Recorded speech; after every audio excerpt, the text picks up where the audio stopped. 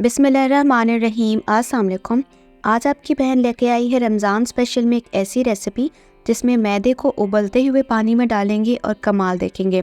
Video को आखिर तक देखना लाजमी है ताकि कुछ स्टेप रह ना जाए। सबसे पहले स्टेप में एक बड़े से बर्तन में 1 कप पानी डालेंगे और गर्म होने के लिए छोड़ देंगे। इसके बाद डालेंगे इसमें 1 टीस्पून के करीब नमक और 2 से 3 टेबल स्पून के करीब तेल डालेंगे। ये तमाम चीज़ें डालने के बाद हम इसको अच्छे तरीके से मिक्स कर लेंगे और इसको जो है वो जोश आने के लिए छोड़ देंगे। जैसे ही पानी में जोश आना शुरू हो जाएगा तो आपने इसके अंदर मैदा डालना है, वो है हमारे पास 1.5 कप मैदा। आपने बहुत ध्यान से और धीरे धीरे करके जो इसमें मैदा डालना है। अगर आपको चम्मच से मुश्किल हो रही है तो ये अंडा बीट करने वाले से बीट करते चले जाइएगा। उसका फ़ायदा ये होगा कि लम्स नहीं पड़ेंगे और जो है अगर गर्म आपके पास पानी बहुत ज़्यादा है तो वो अगर आप हाथों से करेंगे तो आपके हाथ भी नहीं चलेंगे। जब आप मुसलसल चम्मच चलाते चले जाएंगे तो आहिस्ता आहिस्ता पानी और आटा ठंडा होना शुरू हो जाएगा। इसके बाद आपने थोड़ा सा और ठंडा पानी डालकर आपने इसको गूंद लें। फिर आपने टेबल के ऊपर रखकर इसको एक दफ़ा अच्छे तरीके से गूंद लेना है। कोई इजाफी पानी या कोई इजाफी डो डालने की ज़रूरत पेश नहीं आनी। अगर आपको लगता है कि हाथों को चिपकना शुरू हो जाएगा तो अपने हाथों पे आप थोड़ा सा तेल लगाकर इसको गूंदना शुरू कर लीजिएगा। अब ये देखें, ये इंतहा की सॉफ्ट जो है वो डो तैयार हो चुकी हुई है। आप ये सोच रहे होंगे कि उबलते हुए पानी में ये डो तैयार करने का आगे क्या फ़ायदा है। फिर इसके बाद आपने वीडियो को देखना है। फिर एक गिलास की मदद से आपने जो है इसका थोड़ा सा सेक्शन लेना है आटे का और मुसलसल इसको गोल गोल घुमाते चले जाना है। अब आपने क्या करना है कि इसको गोल गोल घुमाने का सबसे बड़ा फ़ायदा ये होता है कि जो हम हाथों से पेड़े बनाते हैं, आप जब गिलास की मदद से बनाएंगे तो 2 से 3 सेकंड के अंदर जो परफेक्ट गोल पेड़ा तैयार हो जाएगा। इसी तरीके से आपने क्या करना है, थोड़ा सा और आटा डस्ट कर लीजिएगा कि अगर ये गिलास को चिपक रहा है तो फिर गिलास को नहीं चिपकेगा। तो आपने इसी तरीके से आपने एक और पेड़ा बना लेना है और इसको रख देना है साइड पे और बारी बारी करके आपने सारे के सारे जो है वो पेड़े बिल्कुल इसी तरीके से तैयार करते चले जाने। इतना मज़ेदार स्टेप है, यकीन ही नहीं आ रहा था कि एक नए तरीके से हम जो है वो पेड़े तैयार कर सकते हैं। तो आपने बिल्कुल इसी तरीके से जो है वो सारे के सारे पेड़े तैयार कर लेने हैं। अब आपने ये करना है कि बाकी सारे पेड़ों को साइड पे रख देना है और एक पेड़ा ले लेना है।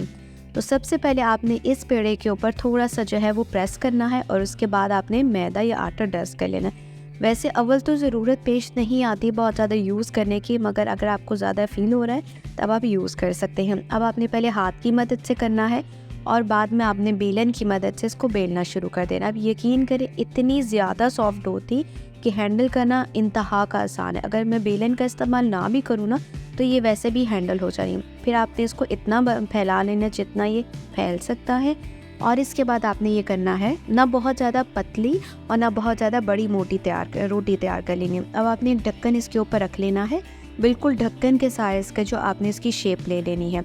अब जैसे ही आप ढक्कन को थोड़ा सा प्रेस करोगे तो आप एक छोटी सी जो आपके पास चपाती तैयार हो चुकी हुई है। वो तमाम हजरात जो है कहते हैं कि जो इनकी गोल रोटी नहीं बनती है उनके लिए तो ये बेस्ट आइडिया है। अब आपने क्या करना है, इसी तरीके से जो है मज़ीद जितनी भी रोटियां आपने तैयार करनी है वो करते चले जाएंगे। सो सेटिस्फाइंग प्रोसेस है जिसमें फिर आपने पेड़े के ऊपर जो है वो आटा डालना है और हाथों की मदद से प्रेस कर लेना है। आम तौर पे मैदा जो होता है उसको हैंडल करना मुश्किल होता है और उसमें तरीक़ाकार यही होता है कि आप उसको गर्म पानी में डालेंगे ना तो हैंडल करना बहुत ज़्यादा आसान हो जाता है। और सहरी और अफ्तारी में तो हमें हमेशा जल्दी होती है कि भाई किसी तरीके से जल्द ये काम हो जाए। आप यकीन करें, जब आप इस रेसिपी को ट्राई करेंगे ना तो आप वाकई कहेंगे कि ये बहुत ज़्यादा अमेजिंग रेसिपी है। तो कमेंट बॉक्स में ज़रूर जाके अपनी आरा से आगाह कीजिएगा और वो तमाम लोग जो मुझे सपोर्ट करते हैं और जो मुझे बहुत ज़्यादा दुआएं दे के जाते हैं, उन तमाम लोगों का बहुत बहुत शुक्रिया।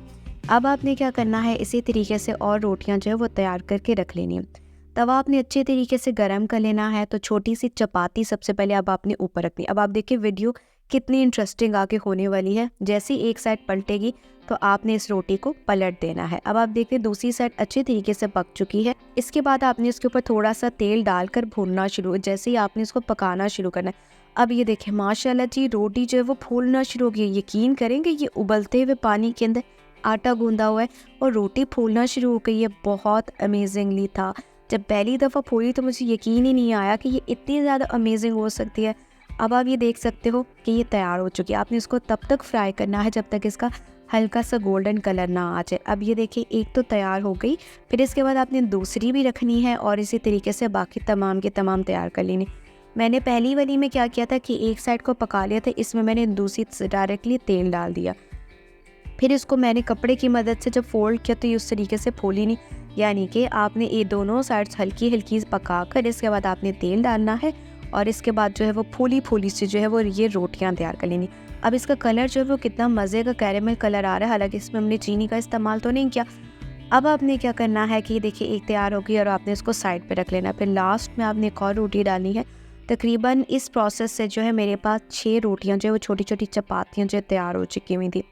अब मेरे बेसिकली मकसद इसको गोल करने का सिर्फ यही था कि जो हमारे पास रोटियां हैं ना उनका साइज़ एक होना चाहिए। अब मैं सोच रही हूँ कि रोटियां बार बार कह रही हूँ, असल में मैं आगे आपको बताऊंगी कि मैं इसको ऐसे क्यों कह रही हूँ। देखिए जी कितना मज़े का जो है वो कैरेमल कलर आ चुका है। तो अब हमने क्या करना है, इसको बनाकर साइड पे रखना शुरू कर देना। हॉट पॉट में रखते चली जाइएगा।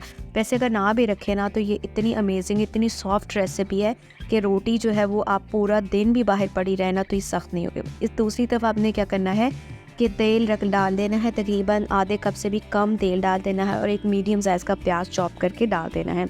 अब चॉप किया हुआ प्याज डालने के बाद आपने इसको अच्छे तरीके से भून देना है और याद रखिएगा कि आपने इसको ब्राउन नहीं करना। अब आपके क्या करना है कि मुसलसल चम्मच हिलाते चले जाना है ताकि ये अच्छे तरीके से सॉफ्ट हो जाए। अगर मोटा प्याज काटोगे तो सॉफ्ट करने में टाइम लगेगा। फिर इसके बाद अदरक लहसुन का पेस्ट डाल देंगे और इसके बाद आपने इसको अच्छे तरीके से भून लेना है। जब तेल के अंदर या घी के अंदर हम अदरक लहसुन का पेस्ट डालते हैं तो जितनी भीनी भीनी खुशबू आती है बहुत मज़े की लगती है। यकीन करें ये जो स्मेल है ना वो तमाम की तमाम खुशबुओं को छोड़ देती है पीछे। 1 टीस्पून नमक डालेंगे, 1 टीस्पून लाल मिर्च डालेंगे और इसके बाद 1 टीस्पून हल्दी। बस सिर्फ 3 मसाले डालने हैं और इसको हमने अच्छे तरीके से पका लेना। और आपने इतना पकाना है कि हल्का हल्का सा जब तक घी ना छूट जाए। अब आप ये देख सकते हो कि मैंने अच्छे तरीके से प्याज के अंदर मसाले जार डाल के इसको अच्छे तरीके से भून लिया है। याद रखिएगा कि इस तमाम प्रोसेस में फ्लेम को ऑन ज़्यादा नहीं करना है। अब लास्ट में इसके अंदर आपने डालना है वो है हमारे पास है टमाटर है। टमाटर जो है इसका की इंग्रेडिएंट है, यानी कि इसको डालना लाजमी आपने है। तो मैंने इसके अंदर जो है तकरीबन 3 बड़े साइज़ के जो टमाटर काट लिए थे और बारीक बारीक अच्छे तरीके से काट लिए थे, क्योंकि हमने इसकी ग्रेवी बहुत ज़्यादा पतली नहीं करनी, कौरमे की तरह नहीं करनी, बल्कि हल्का हल्का सा टमाटर खड़ा हुआ होना चाहिए। तो अच्छी चॉपिंग होगी उतना ही बेहतर रहेगा। तो मैंने क्या 1 से 2 दफ़ा ढक दिया ताकि प्याज जो हमारे पास टमाटर है सॉफ्ट हो जाए। इसके बाद मैंने आलू इसके अंदर डाले। आलू जो थे वो चिप्सों की तरह बारीक थे, यानी कि बारीक बारीक काट लिए थे और इसके बाद इसको मज़ीद और छोटा छोटा कर दिया था।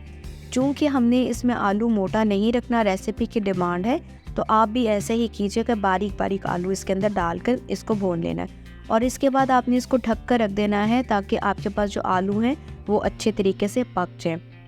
तो मैं मुसलसल से चम्मच हिलाती चली जा रही थी और ये जो है इस चीज़ का वेट कर रही थी कि जल्दी से जो है वो आलू सॉफ्ट हो जाए। अब आपने क्या करना, आलू सॉफ्ट हो जाएंगे, इसके बाद आपने इसके ऊपर डालने हैं बारी बारी करके अंडे। तो मैं जितने अंडे इस्तेमाल करी हूँ आप देख सकते हैं, मैं तकरीबन टोटल 6 अंडे इसमें इस्तेमाल करूँगी, यानी कि आधा दर्जन। तो सबसे पहले मैंने हल्का सा वेट किया और इसके बाद सेंटर में लाकर उसको इतना अच्छे तरीके से मिक्स किया कि जो अंडा है वो आहिस्ता आहिस्ता जो है वो बारीक बारीक होना शुरू हो जाए। तो इस स्टेज पे अपने फ्लेम को बिल्कुल कम कर लेना है, क्योंकि अंडा जो है एक तो जल्दी बहुत पकता है, दूसरा नीचे लगने का ख़तरा होता है। लास्ट में जब ये अच्छे तरीके से भून जाएगा तो इसकी जो लास्ट तवाज़ो है आप हरी मिर्चों के साथ और धनिया के साथ कीजिएगा। तो फाइनली जी हमारे पास जो है अंडा और आलू जो है वो तैयार हो चुके हुए हैं। दूसरी तरफ सहरी के लिए पराठे भी तैयार हो चुके हुए हैं। तो मेरी जो ये यादें हैं इनसे रिलेटेड है कि हॉस्टल में हमें इसी तरीके से पराठे मिला करते होते थे। तो अब ये देख सकते हैं कितने ज़्यादा सॉफ्ट हैं और यकीन ही नहीं आता कि ये उबले हुए पानी के अंदर मैदा डाल के है। खैर हॉस्टल की जो है वो यादें भी ताज़ा होगी और आपको मैंने साथ साथ रेसिपी भी बता दी। उम्मीद है कि आपको रेसिपी पसंद आएगी और अगर आपने कोई और वीडियो देखना चाहते हैं या आपकी कोई फरमाइश है तो कमेंट बॉक्स में आकर ज़रूर बताएं ताकि मैं आपकी उस ख्वाहिश को पूरा कर सकूं। और मेरी नेक्स्ट वीडियो के लिए अल्लाह हाफ़िज़।